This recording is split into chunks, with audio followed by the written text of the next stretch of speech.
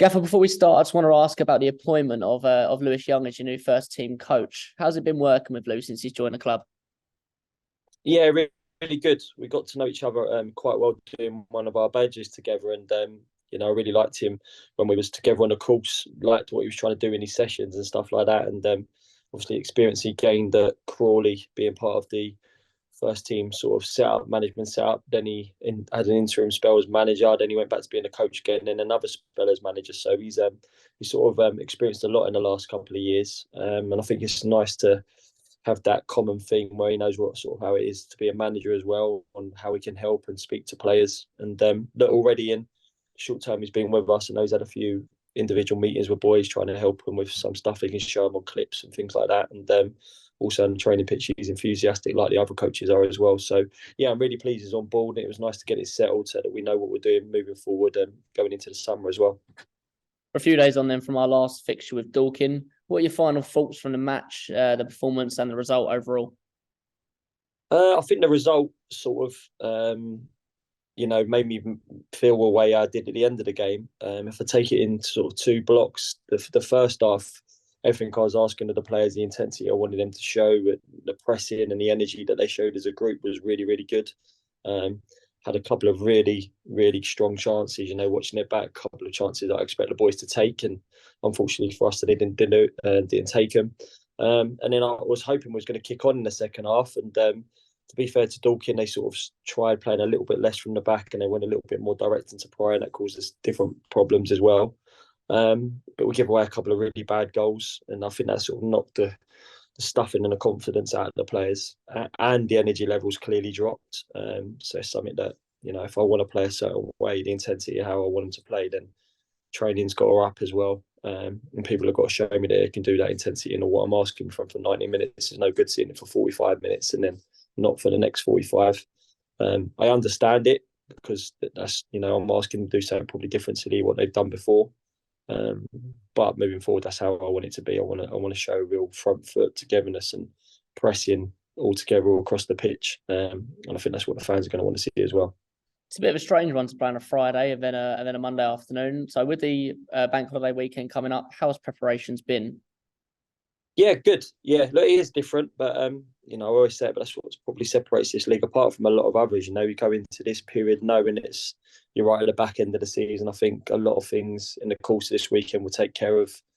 Probably going to know who's going to looking likely to win the league. I think this weekend will give a good indication of that. The playoff picture will probably become a lot more clearer as well after the weekend. And the teams down the bottom as well, and then in fortunate positions being in the relegation places. So let's make this league special. 2 different tests, very short turnaround in between games to really go specific to the opposition you face. So just concentrating on Boreham Wood on the Friday, knowing the challenges that they will cause us. Obviously the later game on the TV as well.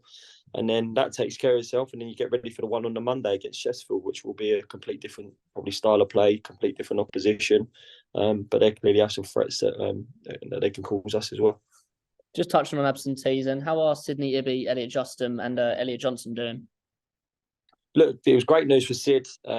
My thoughts, and probably a lot of the thoughts of people in and around the ground when it all happened, I thought he had pulled his hamstring, but it looks like it was just cramp. It looks like the intensity they asked him to play with the first 45 minutes, and it was his first start, and the energy and the nervous energy he would have had before the game sort of meant that he had a bit of a cramping sensation in his calf going down to his in his hamstring going down to his calf.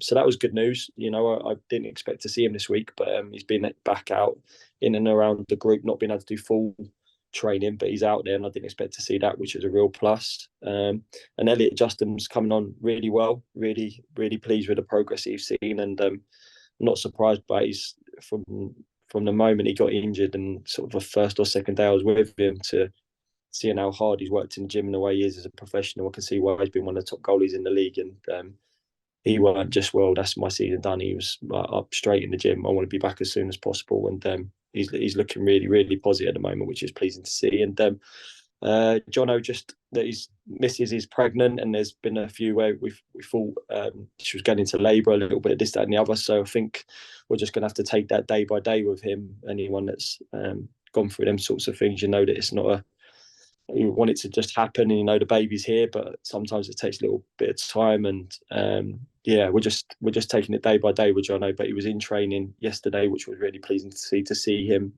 Seems like he wants to be back in around it, but also aware that at any moment he could get a phone call, he could be having to leave us again. So hopefully for him and his wife, the baby comes as soon as possible, and then we know what we're doing moving forward as well.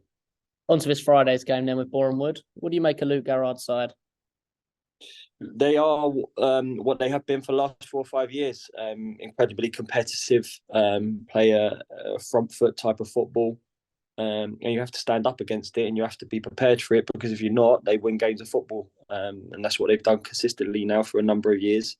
Always recruits really well, always finding new players that come in and improve and impress, and some move on to bigger and better things. But I think he has a collective group of players that he trusts, and he knows what they can bring to him. You look across the back line, and the goalkeeper been with him a while now.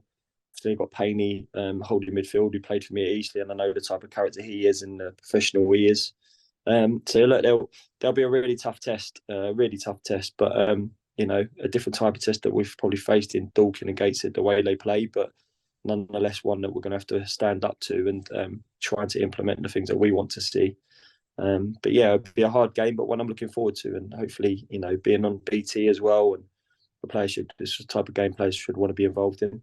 You mentioned this weekend is where we could see who will be finishing the season in the playoffs, and of course, Boreham Wood currently do occupy one of the playoff spots. Do you think this will make Friday's test that little bit harder? The fact that they in the back of their minds, they might know that they could really start to cement their position. Yeah, look, this weekend, normally if you're in that player picture, you're going to want to try and get a couple of back-to-back victories. And I think if a team like Boreham Wood does that, or some of the others that are in and around them, it's really going to strengthen their position. It might not cement it, but it'll put them in a real good place to be in that playoff mix come the end of the season. But I played against Luke's teams at latter end of the season when they're not maybe trying to get into them playoff places. I remember doing it at Eastleigh, and they was a tough test then. They bring every single game football they play, whether they're chasing the playoffs, whether they're in there or mid-table, wherever it'll be, they're always the same. High energy, high intensity, very defensively organised, really, really tough opponents. You know exactly what you're getting from them from each game. So look, we expect it to be a tough test, but I think they bring that every time they play a game of football forward. Finally, then, we spoke about the journey that you were going to take this club on in the summer and going into next season. And it is something that I asked Lewis about yesterday, of what's required of this current group to show what they can bring to this group in the summer. But what do you want to see from this group about carrying on into the summer and into next season? What's required from you? Look, they're really good people. They are, and there's some very talented boys within the group. But at this level, the talent is one thing. It's the drive and the will to do well every single day in training, and it's the ability to turn up at every single match, knowing what you're going to give to the team, and the manager knowing exactly what I'm going to get from them. They can perform really well in training one day and not so well the next day. They can perform well in matches for periods and then not. It's just a little bit of inconsistency, and probably that inconsistency is the reason we are where we are in the league at the moment.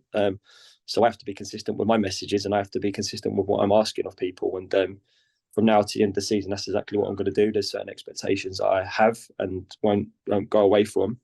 And yeah, it's for them. I said it to them on Saturday. I probably covered it a little bit with you after the game. They're all been given opportunities, in the period where I took over, where there was players being offered to me, and I didn't want to do it because I didn't know if it was right for the long-term project of the football club and of where we want to be moving forward into the summer. I chose to give everyone an opportunity, and barring a couple now for different reasons, whether it be injuries or being away on international duty, I think pretty much the senior boys have all had the start now, or a couple of starts. And from now to the end of the season, it has to be that everyone has to try and earn the next place, next game. If I don't see someone doing it in training, then they won't play on the Saturday or they won't play on a Monday. It's just as simple as that. I have to see it in training from them every day. And it ain't just me, it's as a group, demanding it of each other, coaching staff. It's us. It's not me. It's us as a group, making sure that we keep them standards high and the expectations high. And I've had a couple of tough moments already and tough matches. It's been really hard to watch. I don't want many more of them from now to the end of the season, but it will give me clarity in my mind in terms of what I want to do and where we need to go. After the last home game, it was hard to walk around and hear some of the things being said to myself and the players. But that just gives me more fuel to go, well, when we get this right, and I will get it right, how good a place it's going to be again. And that togetherness we need to create between the players and the fans has got to be both ways. It ain't just the fans getting behind us. We need to give them lots more to cheer about and lots more to be encouraged by.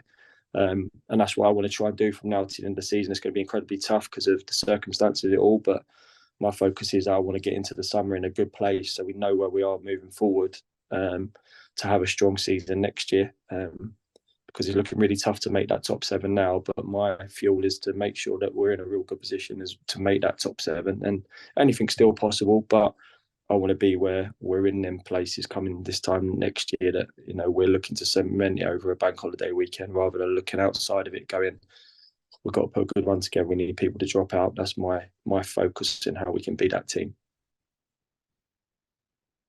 Thank you.